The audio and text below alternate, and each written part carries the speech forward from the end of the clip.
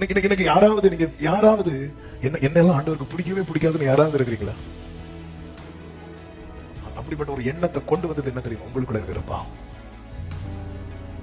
ஆண்டவர் சொல்ல, நீ திரும்பி வந்து பாரு, நீ வா, வந்து பாரு, உன்னை கட்டி அணைக்கிறானா இல்லையா பாரு, உன்னை முத்தமிடுகிறானா இல்லையா பாரு, உனக்காக ஓடி வருகிறானா இல்லையா பாரு. ஹல்லேலூயா. நிறைய பொய் சொன்ன நாள் வந்து நேத்து. இந்த உலகத்துல அதிகமாய் பொய் சொல்லப்பட்ட நாட்கள். மனுஷன் தேடுறான். ஏன் ஒரு தேவ பிள்ளைக்கு ஏன் இந்த உலக அன்புக்கான ஒரு ஏக்கம் வர ஆரம்பிச்சது?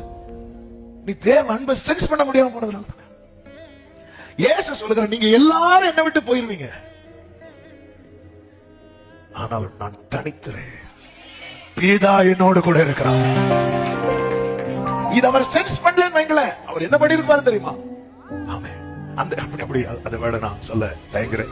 ஒருவேளை அந்த இடத்துல நானா இருந்தா என்ன பண்ணிருப்பேன் தெரியுமா? பேதுரு நம்ம திருப்பி ஒரு வாட்டி கூட கடல்ல நடக்கலாம். சில அன்பு, சில உறவுகள் நம்ம விட்டு போய் வரக்கூடாது என்பதற்காக அவர்களுக்காக என்னெல்லாமோ செய்யறோம். அவன் தேவ அன்பை உணர்கிற, ருசிக்கிற அனுபவம் எனக்குள்ள நஷ்டமா இருக்கு என்பதை நான் இன்னும் உணராம இன்னும் மாயான.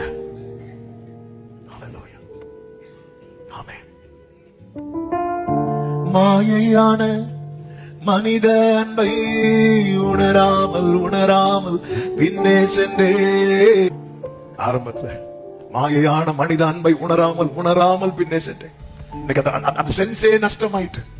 ஆண்டவர் கட்டுத்தரார். ரியல் லவ் கட்டுத்தந்தீர், அதை மறக்க செய்தீர், உம் அன்பினாளத்தை காட்டி தந்தீர். பெருங்கூட்டம் எப்பவுமே தூரம் தான் நிற்கும். ரூத் கதிர் பொறுக்க வரும்போது கூட்டமா வந்தா, ஆனா பாதத்துல அமரும்போது தனியா தான் வந்தா. அது அர்த்தம் என்ன? நீங்க நெருங்க உங்களை இந்த உலகம் தனிமைப்படுத்தி கொண்டே இருக்கும்.